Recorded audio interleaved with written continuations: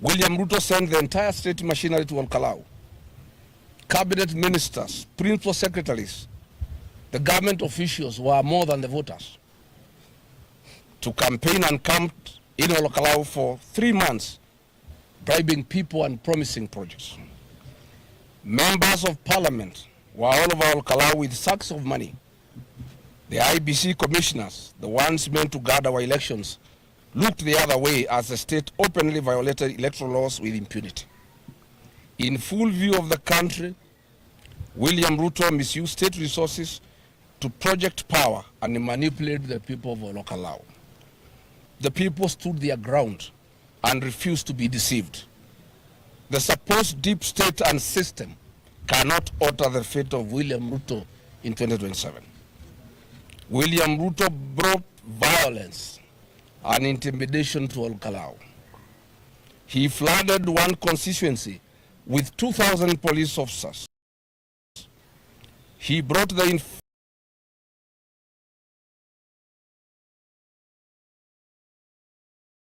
famous Sierra Squad to Olkalau, the one of the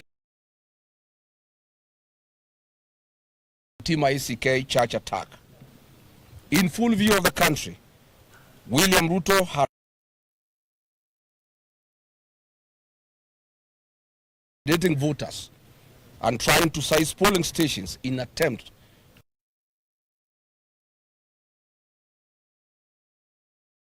to wage war on his own citizens, attacking innocent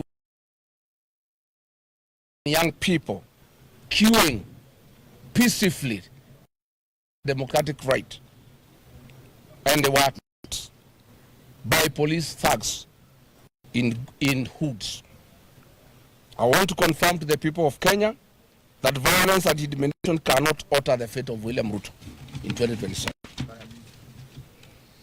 To the people who fear William Ruto's ruthless nature and what he is capable of, I ask them to be at ease. The great people of Olkalau have taken the frustrations of millions of Kenyans and given them a voice. As we stand here,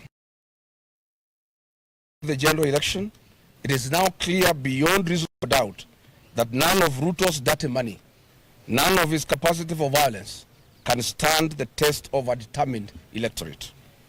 All power belongs to the people of Kenya, and their will reigns supreme. William Ruto, you have turned Kenya into heaven for wanton theft to raise funds to buy your re-election. You have turned our country into a playground for goons and death squads to intimidate Kenyans into compliance for your election. Through Olkalau, the people of Kenya have given you their reply. Here, but no further. William Ruto, today marks the beginning of your retreat, and it is a journey with only one destination, one term. Yesterday was a tipping point for this country. The residents of Olkalau came out in overwhelming numbers to make their voice heard. We owe them our deepest gratitude for their dedication, their commitment, and above all, their resilience. However, we cannot celebrate this outcome without fully addressing the circumstances under which the election took place. The impunity of the government must be named and it must be condemned. Violence was the order of the day. For avoidance of doubt, the violence was perpetrated entirely by the state. Photos and videos of masked armed men terrorizing voters are now in public record. This was Nairobi Sierra, the very death squad responsible for abductions of Gen Zs. The same squad that has been attacking churches across the country. Yesterday, this squad, together with goons and plainclothes police officers, stormed polling stations in a coordinated attempt to disrupt the counting.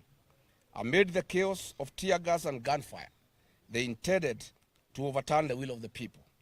The 2,000 police officers deployed under the pretense of keeping order and preventing violence stood idly by and did nothing to intervene. It was the ordinary people who stood strong. Unarmed and unprotected, they held the line against men with guns and defended their polling stations. We must commend the people of Olkalau. They refused to back down in the face of terrible and extreme violence. History will remember their courage. However, this courage came at a devastating cost. It is with profound sorrow that I must inform the people of Kenya that this violence claimed a life. James Muigai of Vehote Village, Kiabaga Ward, was shot and killed by the policemen sent by William Ruto. In hospital with gunshot wounds and head injuries after being attacked with truncheons by the killer police squad sent by William Ruto. I must say that we are shocked that William Ruto sent policemen to kill people, to maim them, be forgiven by our people. These rogue policemen raped our women, elderly women, middle-aged women, and young girls. So far, 68 women have reported to us that they were raped by the hooded thugs sent by William Ruto. Yet they cannot report the attacks to the police because they were raped by the policemen. I want to say, William Ruto, you have crossed the red line. Raping our women is unforgivable, and you shall pay for it. Yes. You shall pay for it. Yes. And as they raped the women, they maimed them, telling them that they must know that William Ruto is the president of Kenya, and they can do whatever they want and nobody will take them anywhere. Given this tragedy, there must be accountability. It would be inexcusable not to call out the people responsible for this. It is important for the people of Kenya to know exactly who the architects of this bloodshed be allowed to continue to hide in the shadows. The killer gangs were authorized by the Minister for Gunism and extrajudicial killing in Kenya. These police units operated in Olkalau yesterday. There were 3 groups. One was commanded by Madeira Member of Parliament Eric Wamumbi and his wife Betty Maina, the women rep from Murang'a. The second squad was commanded and taking orders from one Dennis Itubi. The third group was taking orders from Charles Karondo, the board chairman of the Communications Authority. The goons terrorizing the constituencies were coordinated by Nakuru Town East Member of Parliament David Gekaria, Kiambu County Women's Representative Anne Wamuratha, the Nyandarua County Women Representative Faith Gitau, Kiambaa Member of Parliament John Kawanjiku, nominated MP Sabina Chege, Bahati Member of Parliament Irene Joki, and Bere North MP Mr. Wamudhende. The financing of all the violence that took place in Olkalau was coordinated by Kimani Ichung'wa, who was collecting money from William Ruto and giving the money to the teams on the ground. All of it was done under the express authority of William Ruto, who was giving the money and who okayed the attacks on the population and the raping of women, and with the operational support of Kipchumba Murkomen. So when Murkomen promises an investigation into men wielding weapons that only the police has access to, you ask yourself, how stupid does he think Kenyans are?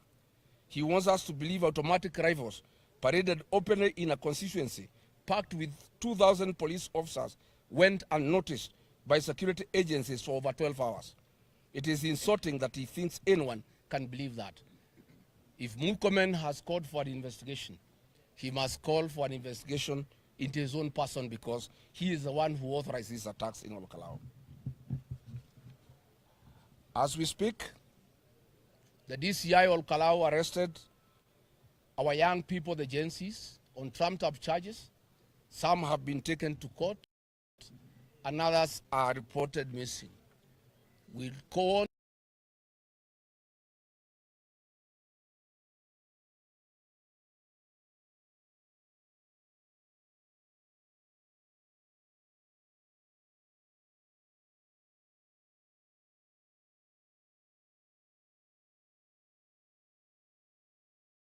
State throughout the electoral period, they have said nothing The returning officers, the presiding officers, and the clerks did a commendable professional job. The commissioners have proven they cannot be trusted.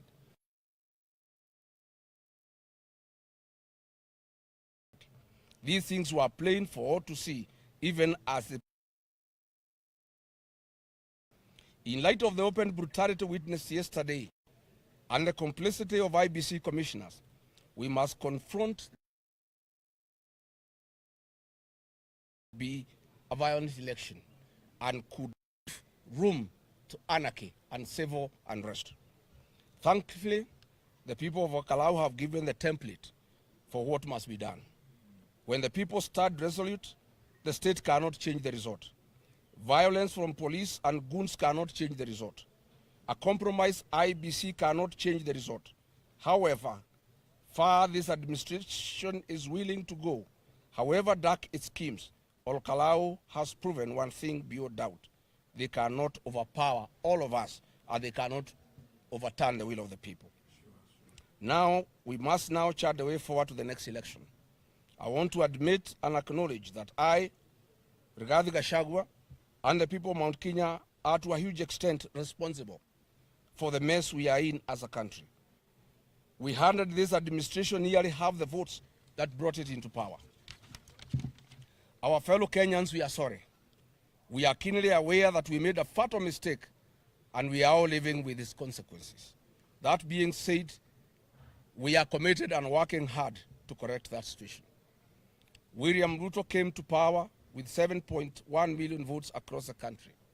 Mount Kenya is working hard to mobilize and deliver at least 7.1 million votes in 2027 on our own, so that we can wash away the sin we imposed on the Republic in its entirety. We are calling to the rest of the country to join us and add to that number to ensure a victory so overwhelming and definitive that it will serve as a message to every future administration. A reminder that ultimately leaders serve at the will of the people of Kenya. As a party, DCP is gearing up for the days to come. History has shown us that Mount Kenya's political direction is determined in a by-election preceding the general election. TNA came into power in 2012 in the Kagema by-election. UDA became the party of choice in 2021 after by-elections in Rurii and Kiambaa by-election. DCP has now delivered its first-born member of parliament in Kalau, and DCP today is a party of choice in the mountain. DCP is 1 year old with one member of parliament of Kalau, one MCA in Narok Town Ward, Narok County, one MCA in Kisa East, Kakamega County, and Kariobangi Ward in Nairobi County. We are a national party and it is our intention to field candidates in all 47 counties for gubernatorial, senatorial, National Assembly, and County Assembly seats. In accordance with our strategic plan, we have set up a necessary machinery and blueprints to secure a minimum of 20 governors, a minimum of 20 senators, a minimum of 145 members of the National Assembly, and a minimum of 720 members of the County Assembly across the country. To any aspirant considering DCP, come forward today. We give you our word that our nominations will be free, fair, and credible. Part of the popularity of Sammy Douglas Waweru Kamau as the DCP candidate was the credibility of the nominations DCP ran for the Kalau by-election. That standard is not a one-time event.